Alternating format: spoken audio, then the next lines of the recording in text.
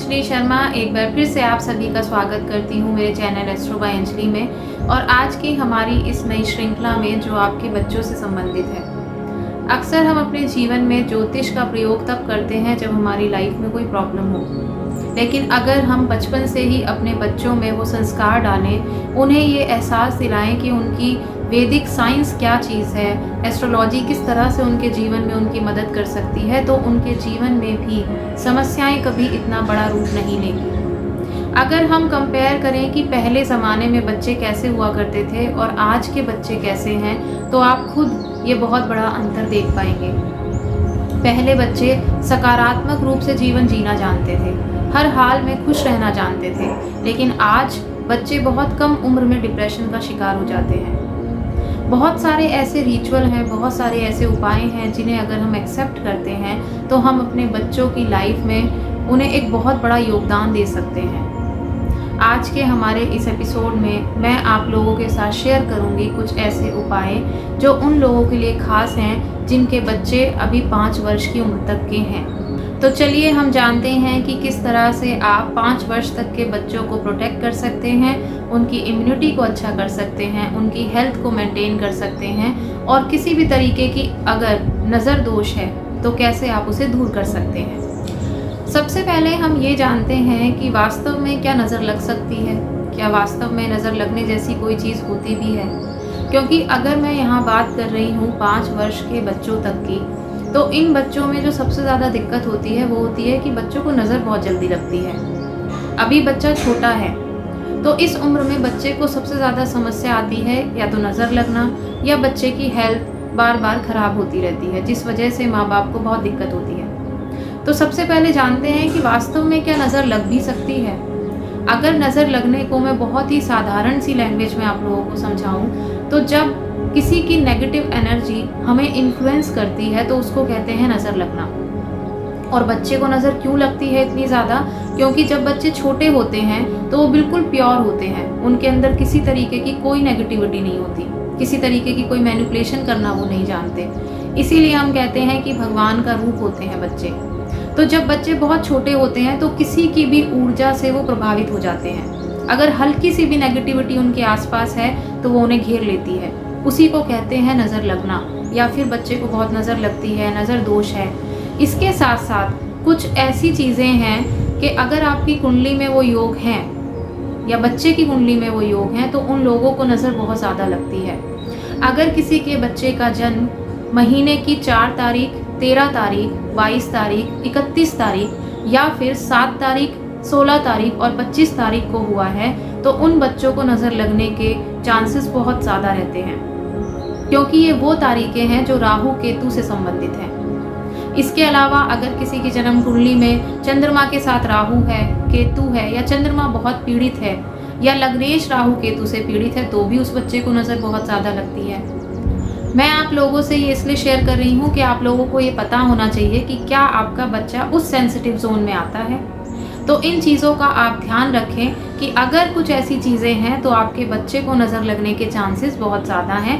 In fact अगर वो बच्चा बड़ा भी हो जाता है तब भी उसे नज़र बहुत ज़्यादा लग सकती है, यानी कि वो बच्चा बहुत सेंसिटिव है। उसकी जो ऊर्जा है, उसका जो एनर्जी फील्ड है, जो बच्चे की ऑरा है, वो बड़े होने के बाद भी सेंसिटिव ही रहेगी। तो ऐसे लोगों को इन चीज़ों का बहुत ज़्यादा ध्यान रखना चाहिए, और जो टिप्स मैं आप लोगों को देने वाली हूँ आप उसे अपनी लाइफ में अडॉप्ट करें, स्पेशली अगर आपके बच्चे 5 वर्ष की उम्र तक के हैं।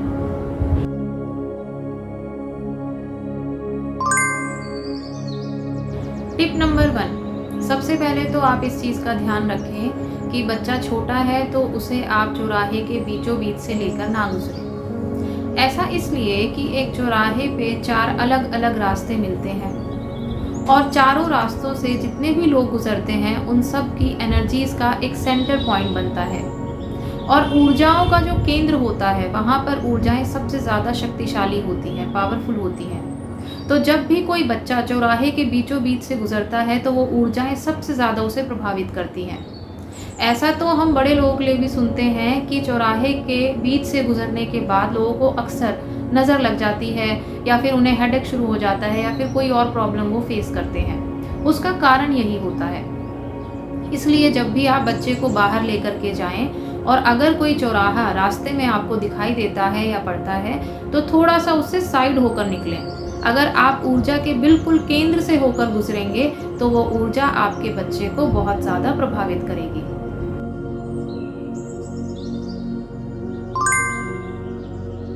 टिप नंबर 2 है कि अगर आप बच्चे को बाहर लेके जाते हैं और बहुत सारे चौराहे भी पड़ते हैं तो कुछ ना कुछ ऐसा प्रोटेक्टिव शील्ड बच्चे के साथ रहना चाहिए जो उसे इन नेगेटिव ऊर्जाओं से बचाकर रखे। अक्सर हम देखते हैं कि बच्चों के गले में या फिर हाथ में हम ब्लैक कलर का एक थ्रेड, काला धागा बांधते हैं, इसलिए क्योंकि काले रंग में वो शक्ति होती है जो इन नकारात्मक ऊर्जाओं को काट सकती है। मैं पर्सनली ये सजेस्ट करती हूँ कि अगर आप बच्चे को कोई भी काला धागा पहनाते हैं तो उसमें ब्लैक टर्मलाइन क्रिस्टल ज़रूर डालें।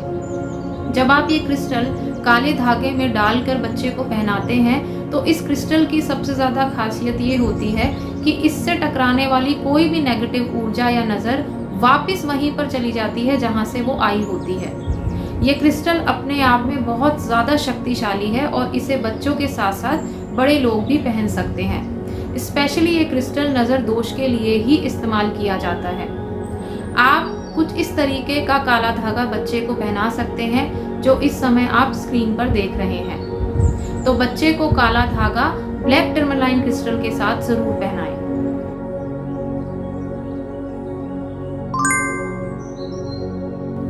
टिप नंबर 3 है कि आप अपने बच्चों को गणेश मुखी रुद्राक्ष धारण करा सकते हैं। गणेश मुखी रुद्राक्ष के वैसे तो अनेकों फायदे हैं, लेकिन पढ़ने वाले बच्चों के लिए ये उनकी एजुकेशन में हेल्प करता है, उनकी मेमोरी को शार्प करता है और साथ ही साथ बच्चों को नकारात्मक ऊर्जा से बचाता भी है। गणेश मुखी रुद्राक्ष कुछ इस तरह से नज़र आता है जैसा कि आप मेरी लेफ्ट साइड में स्क्रीन पर देख सकते हैं। आप अगर गणेश मुखी रुद्राक्ष या फिर ब्लैक टर्मलाइन क्रिस्टल ईजिली आपके लिए कहीं अवेलेबल नहीं है तो आप हमारे दिए गए नंबर पर व्हाट्सएप करके अपना ऑर्डर दे सकते हैं। टिप नंबर 4 है कि आपका बच्चा जिस रूम में सोता है, जिस बेड पर सोता है, आप उस कमरे में एक कांच के बाउल में सेंधा नमक भर के ज़रूर रखें। और जिस बेड पर बच्चा सोता है या तो उस बेड के आसपास या बेड के नीचे आप कांच के बाउल में एक फिटकरी का टुकड़ा भी रख सकते हैं और उस टुकड़े को आप 7 दिन के बाद चेंज करते रहें। खासकर ये उन बच्चों के लिए है जो बहुत ज़्यादा छोटे हैं या फिर न्यूबॉर्न बेबी हैं। फिटकरी में और सेंधा नमक में वो पावर होती है कि आपके रूम की ऊर्जा को वो सकारात्मक बनाकर रखता है और किसी भी दूसरे पर्सन की नेगेटिव एनर्जी का इन्फ्लुएंस बच्चे पर नहीं होता है।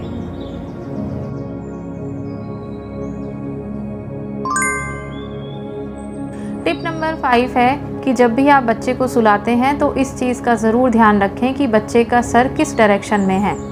सोते समय बच्चे का सर या तो ईस्ट डायरेक्शन की तरफ होना चाहिए या फिर साउथ डायरेक्शन में। ऐसा करने से बच्चे की मेमोरी अच्छी रहती है और बच्चे को सर से रिलेटेड या ब्रेन से रिलेटेड किसी तरीके का कोई इशू कभी नहीं होता। अक्सर हम देखते हैं कि गलत डायरेक्शन में सोने के कारण बच्चे को हेडेक की प्रॉब्लम बहुत ज़्यादा हो जाती है, तो इस चीज़ का आप खास ध्यान रखें। और साथ ही साथ अगर आपका बच्चा शाय है, बहुत ज़्यादा शर्मीला है, लोगों से ज़्यादा घुलता मिलता नहीं है, तो ऐसे बच्चों के लिए मैं प्रेफर करती हूँ कि आप अपने घर के साउथ ईस्ट कॉर्नर में बच्चे का समय थोड़ा ज़्यादा व्यतीत कराएं।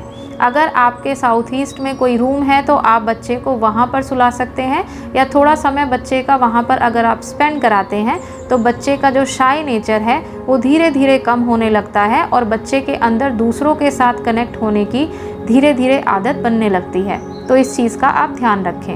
ये थे कुछ ऐसे टिप्स जो आप लोगों के लिए बहुत हेल्पफुल हो सकते हैं। आप इन्हें एक्सेप्ट कीजिए और अपने बच्चों को पूरी तरह से सपोर्ट कीजिए, उनकी लाइफ को बेहतर बनाने में, उनकी मेमोरी को अच्छा करने में और उनकी एनर्जी को पॉजिटिव बनाए रखने में ये टिप्स बहुत हेल्प कर सकते हैं। आप मेरे इस एपिसोड को उन लोगों के साथ भी शेयर कीजिए जिनके बच्चे छोटे हैं।